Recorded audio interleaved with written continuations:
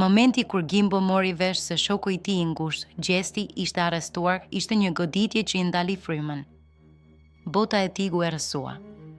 Zemra filloi t'i rritë fort dhe nga tronditja e madhe, ati i ra të fikët.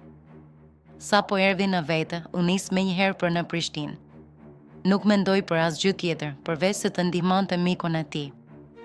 Gjatë rrugës, kujtimet e fëmijërisë i vërshonin, momentet kur mbronin njëri tjetrin.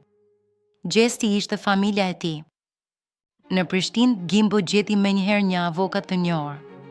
Ishte i gatshëm për çdo sakrificë financiare për drejtësi. Ky nuk ishte thjesht një udhëtim, ishte dëshmi e një mejësie të rrallë që provohet në momentet më të errëta.